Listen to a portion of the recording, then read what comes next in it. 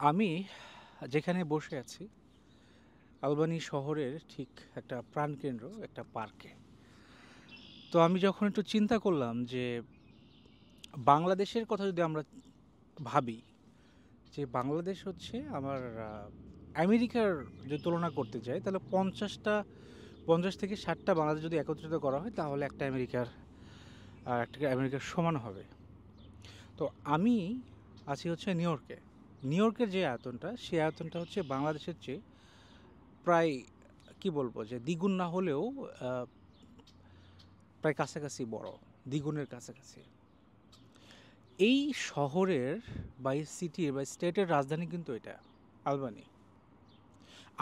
আমি যেটা বলার যে উদ্দেশ্যটা, যে ঢাকা যেমন আমরা দেখি যে আমাদের পুরো বাংলাদেশের মধ্যে একটা রাজধানী, তাতে কোনো সমস্যা নেই, আমার দেশ হিসাবে রাজধানী একটাই। কিন্তু আমাদের যে বিভিন্ন জেলা শহরগুলো আছে, যদি আমরা সেই অনুপাতে ধরি, আমি আমি মনে করি না এটা একটা জেলা শহর। আমি যেখানে আছি জেলা শহর, এটা রাজধানী।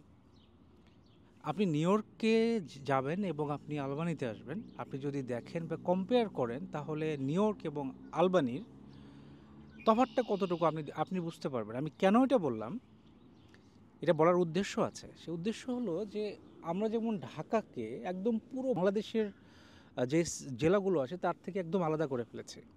মানে এটা হয়ে আসছে, আসলে তো একদিনে তো হয় নাই।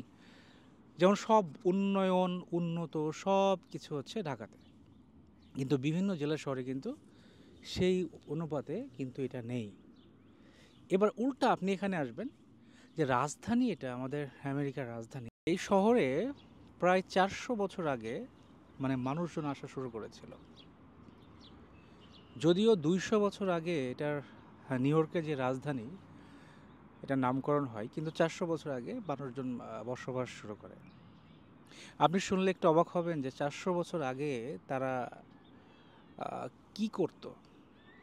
আর একটু বলে রাখি যে আমেরিকাতে 13টা অরিজিনাল কলোনি আছে। অরিজিনাল কলোনি, যারা আগে বসবাস করতো তাদেরকে কলোনি বলা হতো। তো অরিজিনাল কলোনি হচ্ছে 13টা, তার মধ্যে একটা হচ্ছে নিউ ইয়র্ক। তো তারা এখানে বসবাস শুরু করে 400 বছর আগে। আরেকটা মজার বিষয় যে তাদের জীবিকাটা কি ছিল, তাদের জীবিকা ছিল এখানে গরু চাষ করতো, ভেড়া চাষ করতো, সেটা থেকে দুধ হতো, তারপরে সে দুধটা বিক্রি করতো, করে তাদের জীবিকা নির্বাহ করতো।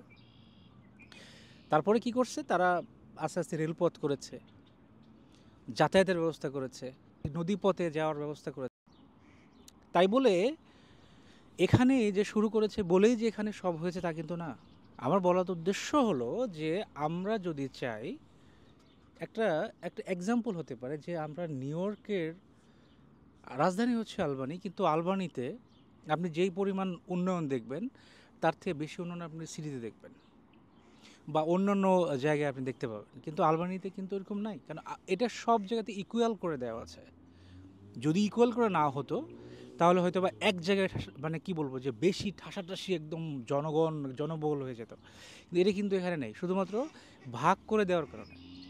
যদি এটা ভাগ করা থাকতো, যেমন বিভিন্ন জেলাতে বিভিন্ন এক একটা বড় বড়, যদি আপনারা যদি চিন্তা করতেন যে কোনো ইয়ে থাকতো, সরকারি প্রতিষ্ঠান থাকতো বা প্রধান কোনো অফিস থাকতো, তাহলে হয়তো বা এই যে একটা ক্লাউড, এক জায়গায় যে একটা জনগণের একটা ভিড়, এক জায়গাতে একদম ঠাসাঠাসি করে আমাদের থাকতে হয়, হয়তো বা এটা নাও হতে পারতো, বিপরীত চিত্র হতে পারতো, ঠিক লাইক আলবানির মতো। যেমন আলবানিতে আমি এসে মনে হলো যে এটা আমার সিটির চেয়ে এটা অনেক অনেকাংশে ফ্লেক্সিবল এবং খুবই সুন্দর লাগছে জায়গাটা দেখতে। এই যে বললাম না যে বিভিন্ন যেই অফিস আদালতগুলো আছে সম্পূর্ণ ইকুয়াল করে দেওয়া হয়েছে, ভাগ ভাগ ভাগ করে দেওয়া হয়েছে। যদিও আরও কিছু কথা থাকতে পারে, অনেকে বলতে পারেন যে আহ, আহ, উন্নত দেশে যেগুলো হয়, যে অনলাইন ভিত্তিক যেই কর্মকাণ্ডগুলো, যেমন বিভিন্ন কার্যকলাপগুলো সব প্রায় অনলাইনে ইয়ে করা হয়, প্রায় করা হয়।